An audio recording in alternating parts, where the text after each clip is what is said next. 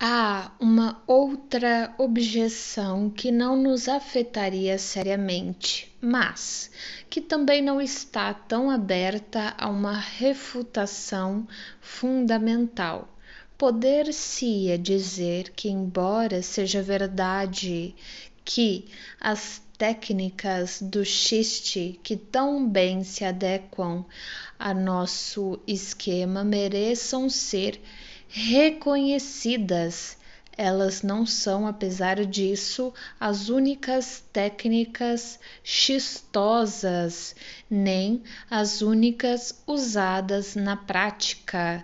Seria possível dizer que, sob a influência do modelo da elaboração onírica, procuramos técnicas do xiste que se lhe adequem, enquanto que outras, por nós desconsideradas, teriam provado que esta conformidade não está invariavelmente presente.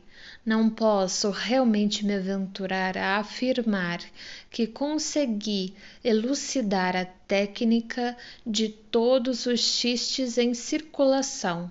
Devo, portanto, deixar em aberto a possibilidade de que minha enumeração das técnicas de xiste deixe ainda alguma lacuna, mas não excluí intencionalmente da discussão qualquer tipo de técnica que me fosse clara, e posso declarar que não me escaparam à atenção os métodos do xiste mais comuns, mais importantes e característicos. Os xistes possuem ainda outra característica que se adequa satisfatoriamente à concepção da elaboração do xiste, que derivamos dos sonhos. Falamos a verdade de fazer um xiste, mas estamos cônscios da diferença que se inscreve em nosso comportamento quando fazemos um julgamento ou uma objeção. O xiste tem em alto grau a característica de ser uma noção que nos ocorre involuntariamente.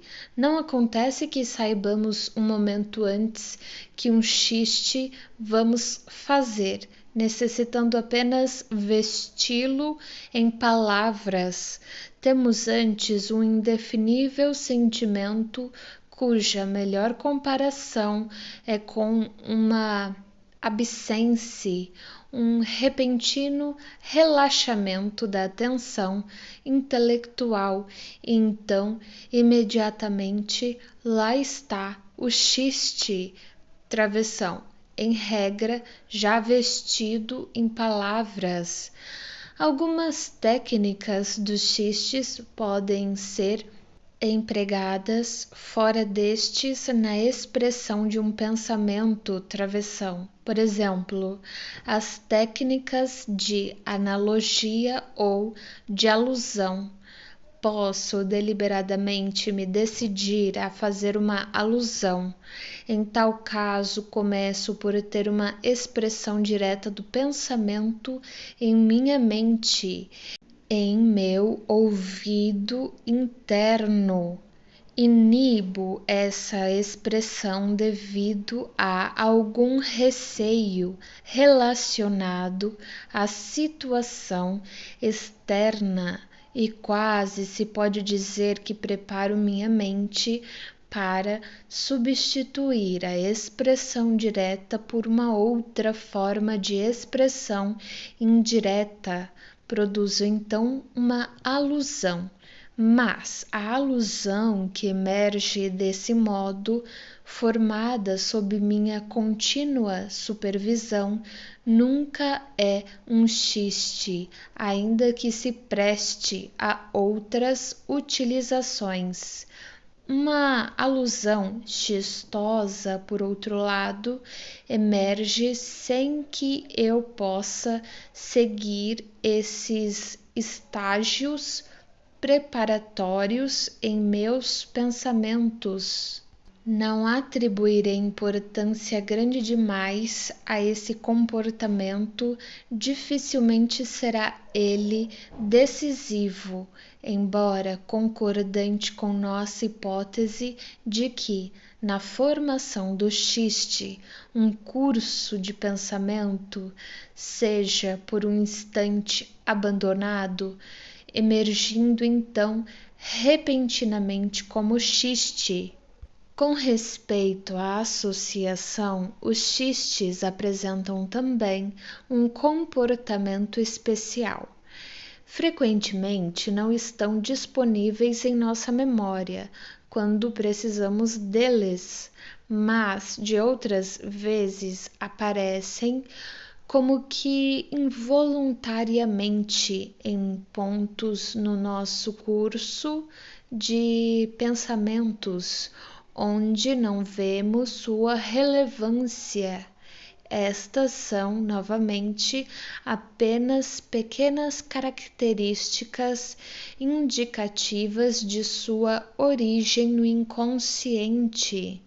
Vamos agora reunir as características dos xistes que se refiram à sua formação no inconsciente. Primeiro e antes de tudo, há a peculiar brevidade dos xistes. Travessão, um traço que não é, na verdade, essencial, mas extremamente distintivo. Quando primeiro o encontramos, inclinamo-nos a considerá-lo como expressão da tendência à economia, mas esta concepção foi abandonada devido às suas óbvias objeções. Parece-nos agora, antes, uma marca da revisão inconsciente. Aqui, o pensamento do xiste foi submetido, pois não podemos conectar o fator correspondente nos sonhos à condensação com algo diferente da localização no inconsciente. Devemos supor também que os determinantes de tais condensações ausentes no pré-consciente estejam presentes nos processos inconscientes do pensamento. Espera-se que no processo de condensação, alguns dos elementos a ele submetidos se percam, enquanto outros que extraem energia catéxica dos primeiros sejam intensificados através da condensação. Assim, a brevidade dos xistes, como a dos sonhos, seria uma necessidade concomitante das condensações que ocorrem em ambos. Travessão, sendo nos dois casos uma consequência do processo da condensação. Essa origem explicaria também o caráter especial da brevidade dos xistes, que não pode ser ulteriormente definida, mas que é sentida como surpreendente. Em passagem anterior, consideramos um dos resultados da condensação, travessão, uso múltiplo do mesmo material, jogo de palavras e similaridade fônica, travessão, como uma economia localizada, procedendo dessa economia o prazer produzido por um xiste inocente. Mais tarde, inferimos que a intenção original dos xistes era obter das palavras um prazer dessa espécie, travessão, coisa permitida no estágio do jogo, mas estancada pela crítica racional no curso do desenvolvimento intelectual. Adotamos agora a hipótese de que condensações como essas, que servem à técnica dos xistes, emergem automaticamente, sem qualquer intenção particular, durante os processos do pensamento no inconsciente. Teremos diante de nós duas concepções diferentes do mesmo fato, as quais parecem mutuamente incompatíveis? Não creio que o sejam. É verdade que estas são duas concepções diferentes, cuja harmonia não é necessária, mas não são concepções contraditórias. Uma é simplesmente estranha à outra. Quando estabelecermos entre ambas uma conexão, teremos provavelmente feito algum avanço no conhecimento. O fato de que tais condensações sejam fonte de prazer está longe de incompatibilizar-se com a hipótese de que as condições de sua produção são facilmente encontráveis no inconsciente. Podemos inversamente ver uma razão para o mergulho no inconsciente, na circunstância de que as condensações produtoras de prazer, das quais o xiste necessita, originam-se lá facilmente. Há, além do mais, dois outros fatores que, à primeira vista, parecem ser completamente estranhos entre si e se reúnem como por um acaso indesejado, mas que, investigados mais profundamente, revelam-se intimamente conectados e mesmo essencialmente idênticos. Tenho em mente duas asserções. Por um lado, os xistes durante seu desenvolvimento no estágio de jogo, isto é, durante a infância da razão, podem efetuar essas condensações agradáveis e, por outro lado, em estágios mais adiantados, cumprem o mesmo efeito, mergulhando o pensamento no inconsciente, pois o infantil é a fonte do inconsciente e os processos de pensamento inconsciente são exatamente aqueles produzidos na tenra infância.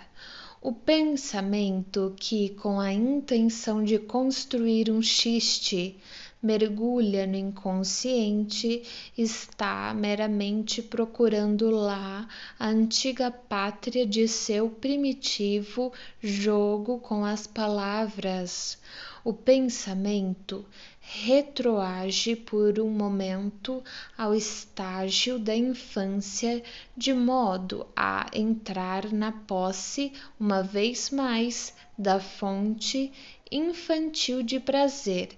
Se já sabemos disso através da nossa pesquisa da psicologia das neuroses, devemos ser conduzidos pelos xistes à suspeita de que a estranha revisão inconsciente nada mais é que o tipo infantil de atividade do pensamento. Simplesmente não nos é muito fácil captar nas crianças um lampejo deste modo infantil de pensar, cujas peculiaridades ficam retidas no inconsciente do adulto. porque, em sua maior parte, este modo de pensar é retificado como que in statu nascendi, mas conseguimos fazê-lo em inúmeros casos e nos rimos então desta bobagem infantil. Qualquer descoberta de material inconsciente desta espécie parece-nos cômica. É mais fácil perceber as características destes processos do pensamento inconsciente nos comentários dos pacientes de certas doenças mentais. Muito provavelmente devemos poder compreender como Griesinger sugeriu há muito os delírios dos insanos, utilizando-os como informação. Se cessamos de lhes aplicar os requisitos do pensamento consciente e se o tratamos como sonhos com nossa técnica interpretativa, na verdade, confirmamos o fato de que, nos sonhos, há um retorno da mente a um ponto de vista embrionário. Já penetramos tão intimamente em conexão com os processos de condensação, na importância da analogia entre os sonhos e os xistes que podemos agora ser mais breves no que se segue. Como sabemos, os deslocamentos na elaboração onírica optam para a operação da censura pelo pensamento consciente. E, em consequência, quando encontramos o deslocamento entre as técnicas dos xistes, inclinamo-nos a supor que uma força inibitória operava também na formação dos xistes. Já sabemos que isso ocorre muito generalizadamente. O esforço feito pelos xistes de recobrar o antigo prazer no nonsense ou o antigo prazer nas palavras encontra-se inibida nas disposições normais pelas objeções levantadas pela razão crítica. Esta tem que ser superada em cada caso individual. Mas o modo pelo qual a elaboração do xiste cumpre essa tarefa mostra uma decisiva distinção entre xiste e sonhos.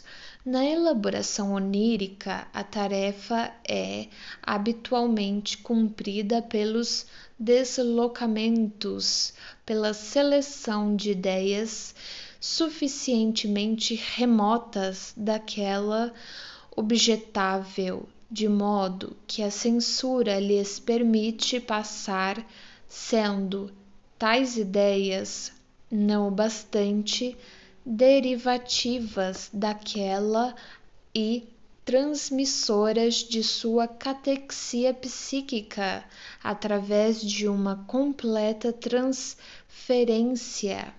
Por esta razão, os deslocamentos nunca estão ausentes do sonho e são mesmo muito mais compreensivos. Entre os deslocamentos devem ser contados não meramente os desvios de um curso de pensamento, mas também toda sorte de representação indireta, em particular o deslocamento de um elemento importante, mas objetável, por outro que é indiferente e que parece inocente à censura. Algo semelhante a uma alusão muito remota. travessão. Substituição por um simbolismo ou uma analogia ou por algo menor.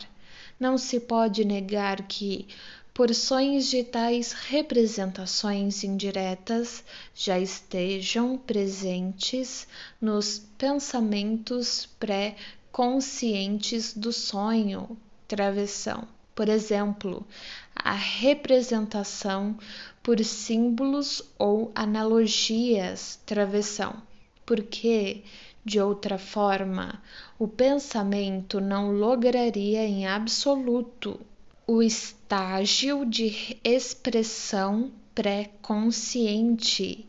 As representações indiretas como essa e as alusões cuja referência à coisa pretendida é fácil de descobrir são, na verdade, métodos permissíveis e muito usados na expressão também de nosso pensamento consciente.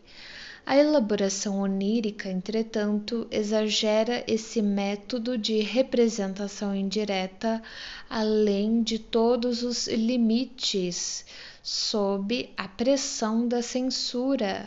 Qualquer espécie de conexão é bastante boa para servir como substitutivo por alusão, permitindo-se o deslocamento de um a outro elemento, a substituição de associações internas, similaridade, conexão causal, etc., por outras conhecidas como externas, abre parênteses, simultaneidade no tempo, contiguidade espacial, similaridade fônica, fecha parênteses, é muito especialmente notável e peculiar a elaboração onírica. Todos esses métodos de deslocamento ocorrem também como técnicas do xiste, mas, quando aparecem, usualmente respeitam os limites impostos a seu emprego pelo pensamento consciente. Podem estar mesmo completamente ausentes, embora os xistes tenham também, invariavelmente, a tarefa de lidar com uma inibição. Podemos compreender o lugar subordinado assumido pelos deslocamentos na elaboração do xiste, quando recordamos que os xistes dispõem de uma outra técnica para descartar a inibição técnica que consideramos precisamente o mais característico de seus traços. Pois, diferentemente dos sonhos, os xistes não criam compromissos, eles não evitam a inibição, mas insistem em manter inalterado o jogo com as palavras ou com o nonsense. Restringem-se, entretanto, a uma escolha das ocasiões em que esse jogo ou esse nonsense possam ao mesmo tempo parecer permissíveis nos gracejos ou sensatos nos xistes, graças à ambiguidade das palavras ou à multiplicidade das relações conceptuais. Nada distingue os xistes mais nitidamente de todas as outras estruturas psíquicas do que essa bilateralidade e essa duplicidade verbal. Desse ponto de vista, pelo menos, as autoridades se aproximaram de uma compreensão da natureza do xiste quando puseram ênfase sobre o sentido no nonsense. Em vista da predominância universal nos xistes dessa técnica peculiar de superação das inibições, podia-se considerar que lhes fosse supérflua a utilização da técnica de deslocamento em casos particulares, mas, por um lado, certas espécies dessa técnica permanecem valiosas para os xistes enquanto alvos e fontes do prazer travessão. Por exemplo, o deslocamento propriamente dito, abre parênteses, desvio de pensamentos, fecha parênteses, que em verdade partilha a natureza do nonsense.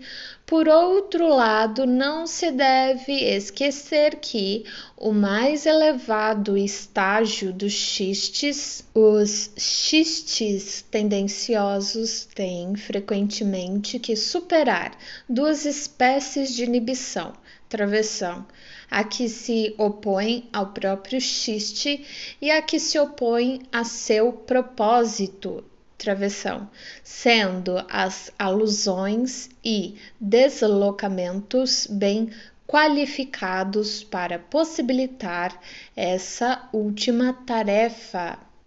O uso abundante e irrestrito da representação indireta dos deslocamentos, especialmente das alusões na elaboração onírica, tem um resultado que menciono não por sua própria importância, mas porque tornou-se minha razão subjetiva para atacar o problema dos xistes. Se descreve uma análise do sonho e uma pessoa desinformada ou desacostumada com ela, análise em que se expõem os estranhos processos de alusão e deslocamento, travessão, tão antipáticos à vida desperta, travessão, utilizados pela elaboração onírica, o leitor recebe uma impressão desconfortável e declara que tais interpretações são, de algum modo, xistosas, mas claramente não os considera xistes bem-sucedidos, e sim forçados, violando de alguma forma as regras dos xistes. É fácil explicar essa impressão. Deriva do fato de que a elaboração onírica opera pelos mesmos métodos que os xistes, mas, ao utilizá-los, transgride os limites respeitados pelos xistes. Aqui verificaremos que, em consequência da parte desempenhada pela terceira pessoa, os xistes são ligados a uma certa condição que não se aplica aos sonhos. Entre as técnicas comuns aos xistes e aos sonhos, a representação pelo oposto e o uso do nonsense reclamam alguma parte de nosso interesse. A primeira é um dos mais efetivos métodos empregados nos xistes, como se verifica, entre outros, pelos exemplos dos xistes de exageração. Incidentalmente, a representação pelo oposto não consegue, como a maior parte das outras técnicas dos xistes, escapar à atenção consciente, uma pressão que tenta fazer operar em si a elaboração do xiste tão deliberadamente quanto possível, travessão, um gaiato profissional, travessão, logo descobre, via de regra, que o modo mais fácil de replicar a uma asserção com um xiste é pela asserção de seu contrário, deixando a inspiração do momento o livrar-se da objeção que provavelmente sua contradição provocará, fornecendo o que se denomina uma nova interpretação. Pode ser que a representação pelo oposto agradeça o favor de que desfruta ao fato de constituir o núcleo de uma outra gratificante forma de expressão de um pensamento, a qual pode ser entendida sem qualquer necessidade de remissão ao inconsciente. Refiro-me à ironia, muito próxima do xiste e contada entre as subespécies do cômico. Sua essência consiste em dizer o contrário do que se pretende comunicar a outra pessoa, mas poupando a esta uma réplica contraditória, fazendo-lhe entender travessão pelo tom de voz, por algum gesto simultâneo, ou onde a escrita está envolvida por algumas pequenas indicações estilísticas, travessão, que se quer dizer o contrário do que se diz. A ironia só pode ser empregada quando a outra pessoa está preparada para escutar o oposto, de modo que não possa deixar de sentir uma inclinação a contradizer.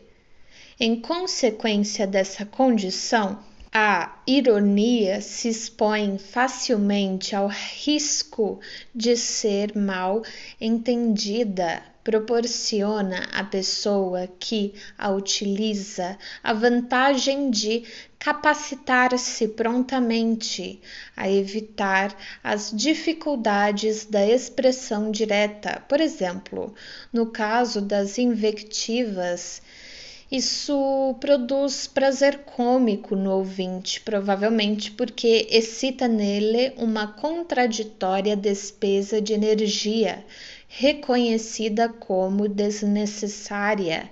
Uma comparação como essa entre os xistes e um tipo de comicidade que lhes é intimamente relacionada pode confirmar nossa pressuposição de que a característica peculiar dos xistes é sua relação com o inconsciente, o que permite talvez distingui-los também do cômico. Na elaboração onírica, a representação pelo oposto desempenha uma parte ainda maior que nos xistes. Os sonhos não são simplesmente favoráveis à representação de dois contrários pela mesma e única estrutura composta, mas tão frequentemente mudam parte dos pensamentos oníricos em seus opostos, que isso leva o trabalho de interpretação a grandes dificuldades, abre aspas. Não há maneira de decidir, à primeira vista, se algum elemento que admite um contrário está presente nos pensamentos oníricos como um positivo ou como um negativo, fecha aspas. Devo afirmar enfaticamente que esse fato até agora não mereceu reconhecimento, mas parece apontar para importante característica do pensamento inconsciente, no qual, com toda probabilidade, não ocorre nenhum processo que se assemelhe ao julgamento. No lugar da rejeição por um julgamento, o que encontramos no inconsciente é a repressão. Esta pode, sem dúvida, ser corretamente descrita como estágio intermediário entre um reflexo defensivo e um julgamento condenador.